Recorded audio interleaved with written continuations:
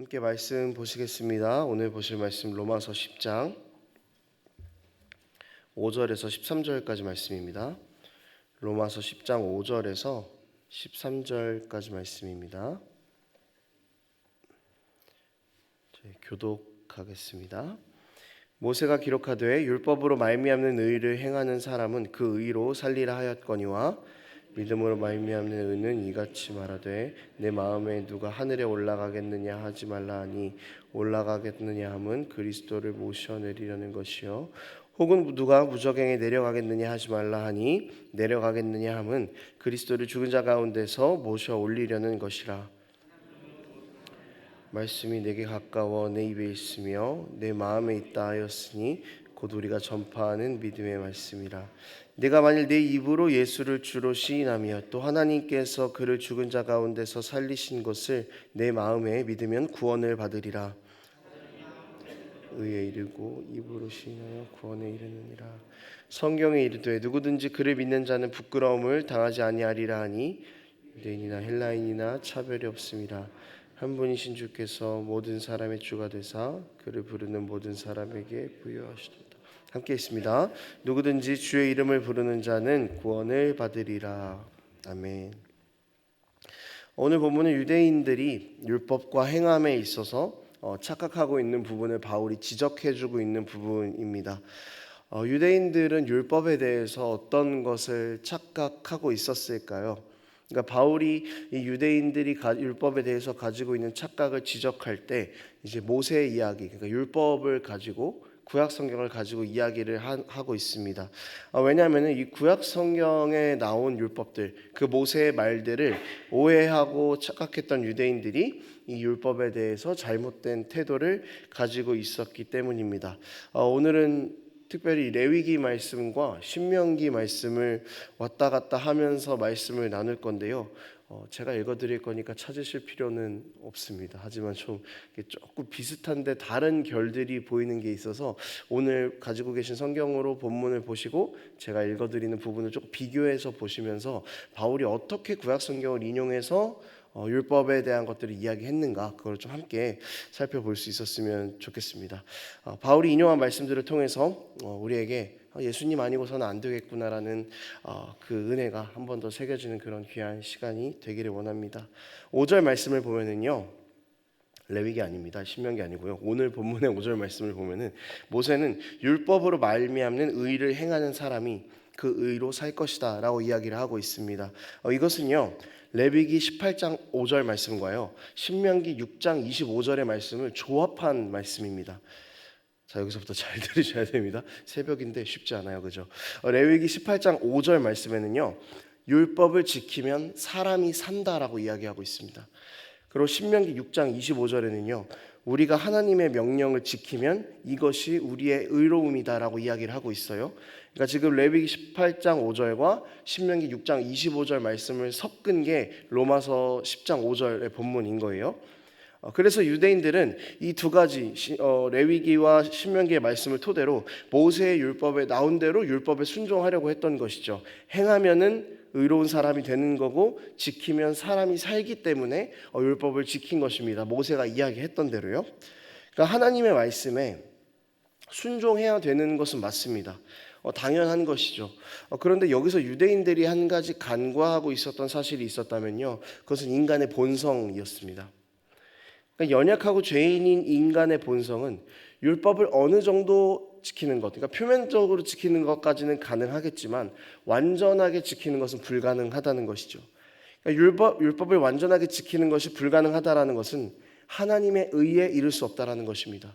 그러니까 지금 유대인들이 열심히 모세의 율법을 듣고 행하고 의에 이르려고 하는 거지만 그거는 인간의 본성 때문에 사실은 그럴 수 없다라는 것을 바울이 이야기를 하는 거죠.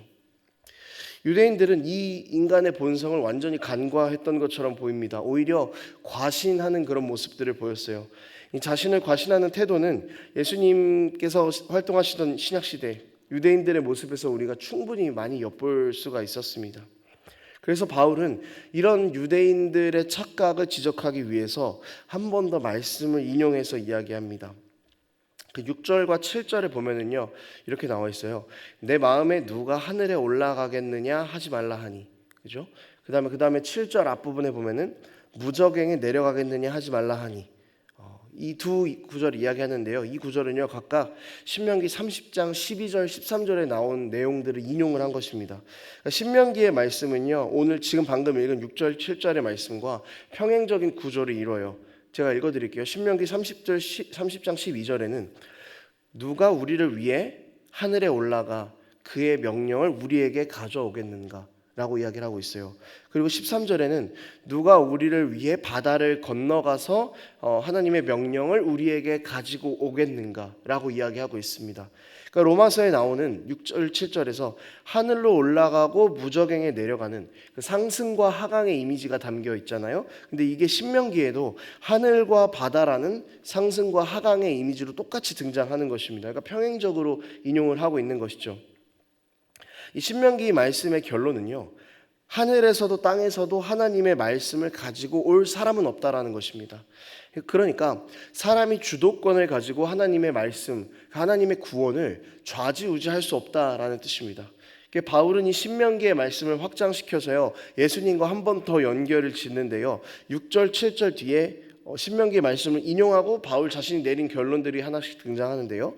자, 6절에 보면은 하늘에 올라갈 수 없는데 올라가겠다고 하는 것은 이제 신명기는 어떤 부분이죠? 그리스도를 모셔 내려오려는 행동이다 라고 이야기하고 있고요. 7절에서는 내려갈 수 없는데 내려가라고 하는 것은 또 그리스도와 연결시키죠. 그리스도를 모셔 올리려고 하는 것이다 라고 이렇게 바울은 이야기를 합니다.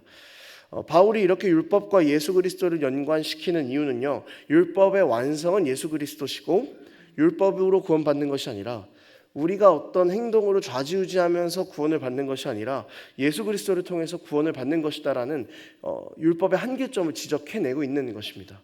그리고 유대인들의 착각을 지적해내고 있는 것이죠.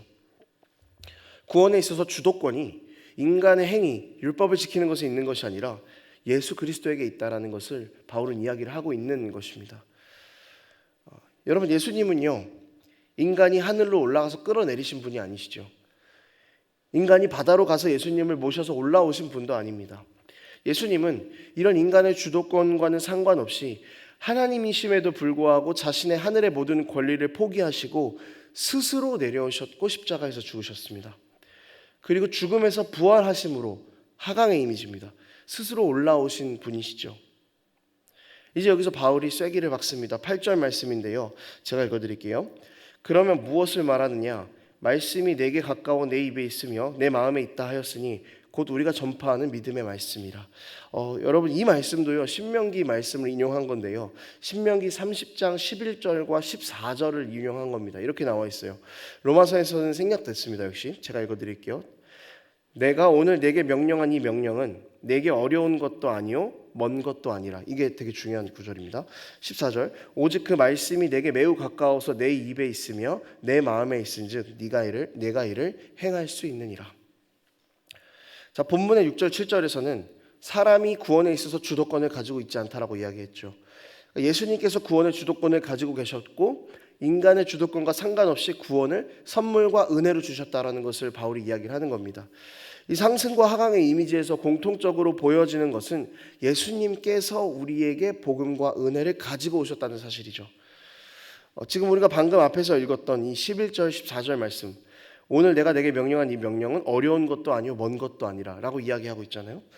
신명기의 말씀대로라면요 율법을 지키는 게 그다지 어려운 것 같지 않은 거예요. 근데 이 율법을 지키는 것이 어렵지 않은 이유는 네가 의로워서 지키기 쉽다라는 것을 이야기하는 것이 아닙니다. 율법을 지키기 쉬운 이유는 말씀이 너에게 가까이 있기 때문이다라고 그렇게 이야기를 하죠. 모세가 이렇게 이야기를 하는데 이게 굉장히 신비로운 사실입니다. 말씀이 내 입에 있기 때문에 네가 말씀을 행할 수 있다라고 이야기해요. 말씀이 너의 마음에 있기 때문에 네가 율법을 지켜 행할 수 있다라고 이렇게 모세가 이야기를 했습니다. 여러분, 예수 그리스도인 거예요. 인간의 주도권과 상관없이 스스로 하늘 보좌를 포기하시고 내려오신 주님, 죽으시고 부활하심으로 모든 사망 권세를 이기신 주님이 우리에게 가까이 계시고 우리 마음속에 계시기 때문에 우리가 율법을 지켜낼 수 있다는 것입니다. 우리가 구원에 이를 수 있다는 것입니다. 예수님 때문에 우리가 의를 이루어 구원을 받기가 쉽다라는 것입니다. 반대말로 하면요, 우리가 하면 어렵다는 얘기예요. 우리가 하면 불가능하고 우리 힘으로 하려면 할 수 없다라는 이야기입니다. 그렇지만 예수님께서는 우리에게 구원을 주실 수 있는 분이십니다. 우리가 이루지 못한, 율법을 통해서 이루지 못한 그 율법의 의를 주님께서는 십자가에서 죽으심으로 다 이루시고 이것을 우리에게 선물로 주신 분이시라는 거죠.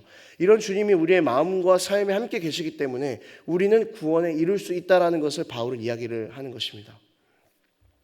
이런 주님을 의지하면요, 율법의 의를 이룰 수 있는 것입니다. 이런 주님을 의지하면은 누구든지 주의 이름을 부르는 자는 구원을 얻을 수 있는 것이죠. 여러분, 한 가지를 더 살펴보겠습니다. 바울은 9절부터 이렇게 구원을 받을 수 있는 방법에 대해서 이야기해요. 9절 말씀에 이렇게 나와 있습니다. 네가 만일 내 입으로 예수를 주로 시인하며 또 하나님께서 그를 죽은 자 가운데서 살리신 것을 내 마음에 믿으면 구원을 받으리라. 여기서 예수님을 주로 시인한다라는 것은요, 역시 그것도 주도권과 관련된 이야기입니다. 계속해서 앞에서 바울이 주도권에 대해서 이야기하잖아요.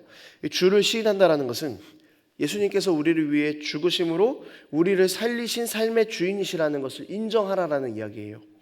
우리 삶의 모든 주도권을 예수님이 가지고 계시다라는 것을 인정하라는 것입니다. 이것도 역시 율법을 대하던 유대인들의 태도와 대조가 되는 것이죠. 유대인들 어떻습니까? 자신들이 주도권을 가지고 구원에 이르려고 했던 그 태도는요, 예수님의 주도권을 인정하는 것이 아니었다라는 것을 한 번 더 그 한계를 지적해주고 있는 것이기도 합니다.